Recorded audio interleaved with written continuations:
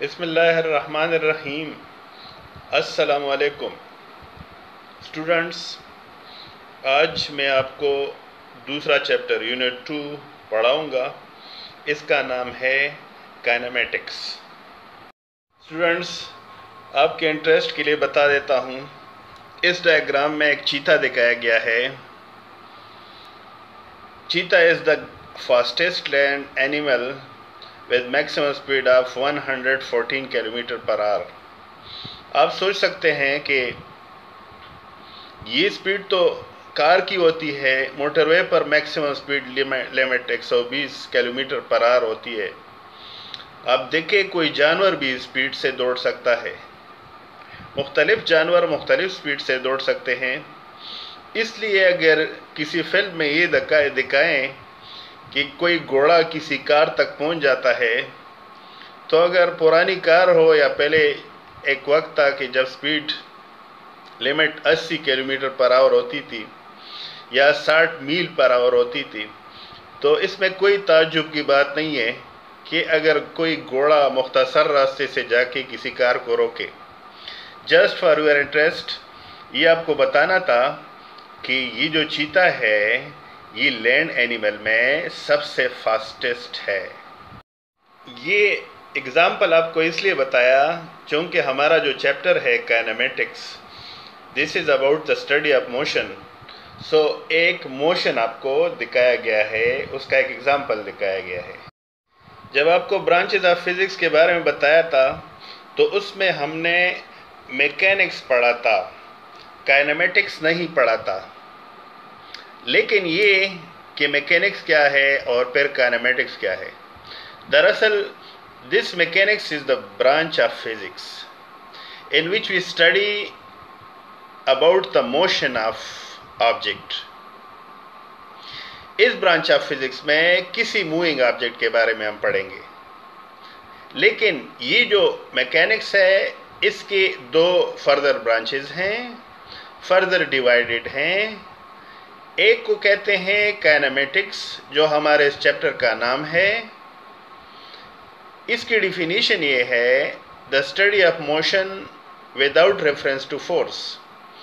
आप कह सकते हैं the study of motion of objects without the cause producing this motion. मतलब ये है कि इसमें हम मोशन तो पढ़ेंगे, हरकत करते हुए अजसाम के बारे में पढ़ेंगे, लेकिन इस मोशन को पैदा करने वाले एजेंट के बारे में नहीं पढ़ेंगे। यानी आप जानते हैं कि हर तरह का जो मोशन है उसकी वजह फोर्स है, यानी उसकी काज फोर्स है। फोर्स से ही ऑब्जेक्ट्स हरकत करते हैं। लेकिन इस ब्रांच ऑफ फिज़िक्स में हम फोर्स का हवाला नहीं देंगे। कोई ऑब्जेक्ट हरकत में है तो उसको डिस्कस करेंगे, लेकिन ये डिस्कस नहीं करेंगे कि इस ऑब्जेक्ट में हरकत किस वजह से है। तो ये हमारा इस चैप्टर का नाम है। जब हम इंशाअल्लाह अगले चैप्टर में जाएंगे तो डायनामिक्स पढ़ेंगे, जो इस मैकेनिक्स का दूसरा ब्रांच है। अब जो डायनामिक्स है, this is the study of motion of objects with reference to force. इसमें जब इंशाअल्लाह हम पढ़ेंगे तो मोशन के साथ फोर्स का हवाला भी देंगे, फोर्स को भी डिफाइन करेंगे और ये बताएंगे कि कैसे कोई मोशन फोर्स की वजह से पैदा होता है। टॉपिक पर जाने से पहले मोशन की कुछ मिसालें बता दूं। एग्जाम्पल्स। याद रखो कि हमारे इस यूनिवर्स में हर चीज़ हरकत में है। अगर हम बड़े लेवल पर देखें तो हमारा जो सोलर सिस्टम है, इसमें सन सेंटर में और 9 प्लैनेट्स इसके इर्द गिर्द घूमते हैं। लेकिन हमारा ये जो सोलर सिस्टम है ये खुद भी घूमता है पूरा, और एक स्पेस में घूमता है जिसको हम मिल्की वे कहते हैं। गैलेक्सी के बारे में आपको बताया था कि ग्रुप ऑफ स्टार है, तो उन ग्रुप ऑफ स्टार में हमारा सन भी है जिसको मिल्की वे कहते हैं। हमारा सोलर सिस्टम भी इसमें मौजूद है। चूँकि सारे प्लैनेट्स सूरज के गिर्द घूमते हैं, इसलिए हरकत है, मोशन है, ये मोशन ऑफ ऑब्जेक्ट है। फिर अगर हम देखें तो हमारी जो ज़मीन है इसमें दो तरह का हरकत है। एक ये कि स्पिनिंग करती है, दूसरा ये कि ये जो सूरज है उसके गिर्द घूमती है। जब हमारी ज़मीन एक रोटेशन पूरा करती है अपने एक्सिस के इर्द गिर्द, 24 घंटे गुजर जाते हैं, और जब हमारी ये ज़मीन सूरज के गिर्द पूरे एक दायरे में घूम लेती है तो 1 साल पूरा होता है। इसीलिए हम जो महीनों का और दिनों का हिसाब किताब लगा देते हैं, तो दरअसल ये हमारी इस ज़मीन की सूरज के गिर्द रोटेशन है।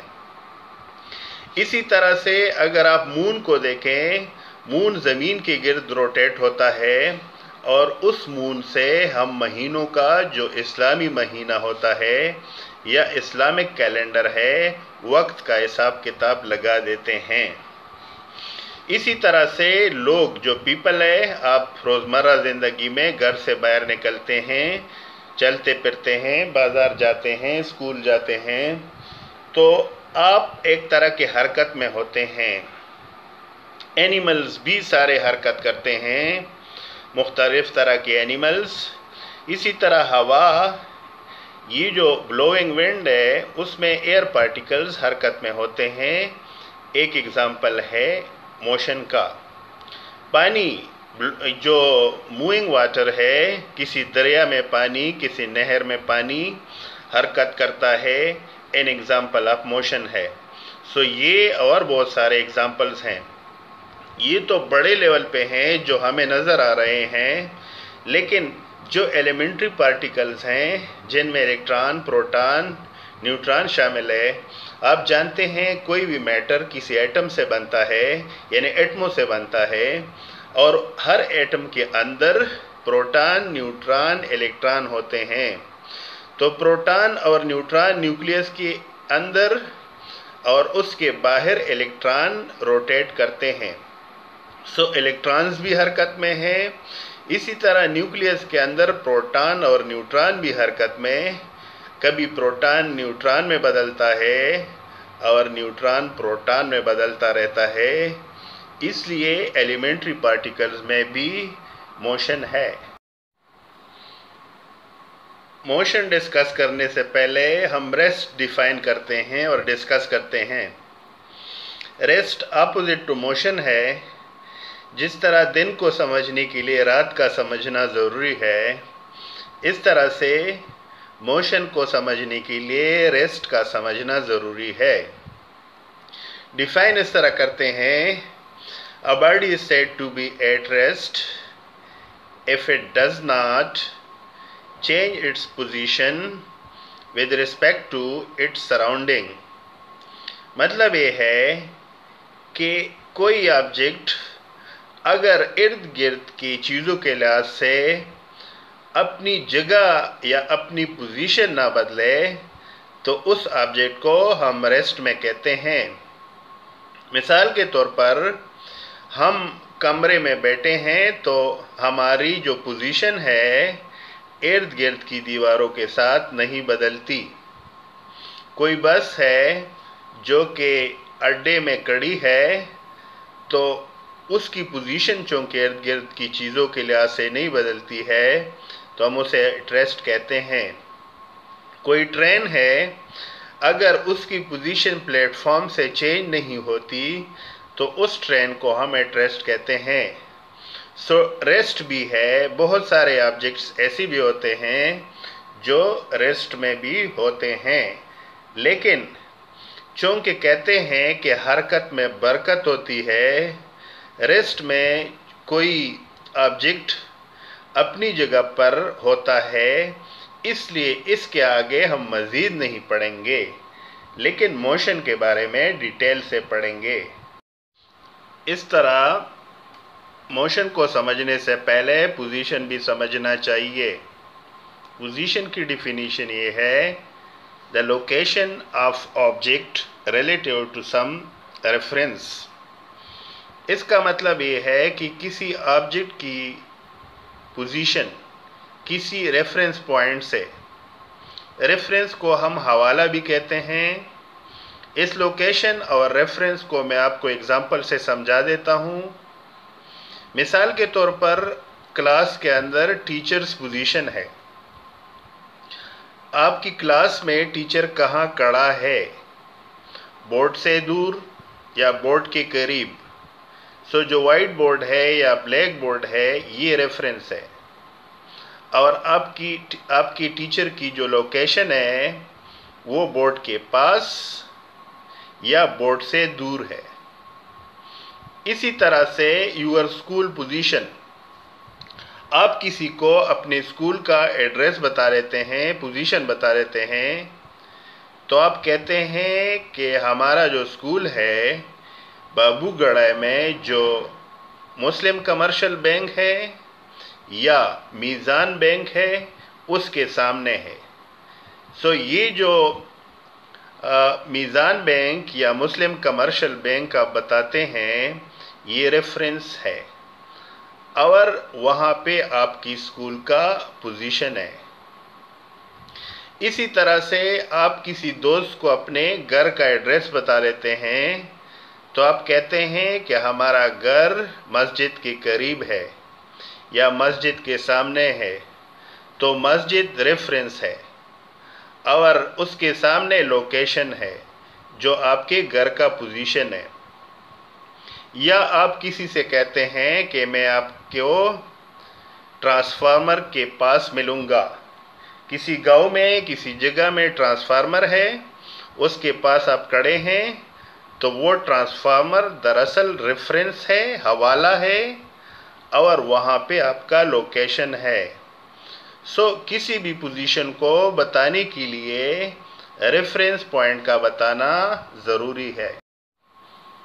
हमारा जो असल टॉपिक है और ये जो चैप्टर भी है, this is about the study of motion. So motion discuss करते हैं, एग्जाम्पल से आपको समझाने की कोशिश करते हैं। डिफिनीशन ये है, an object is said to be in motion if it changes its position with respect to its surroundings।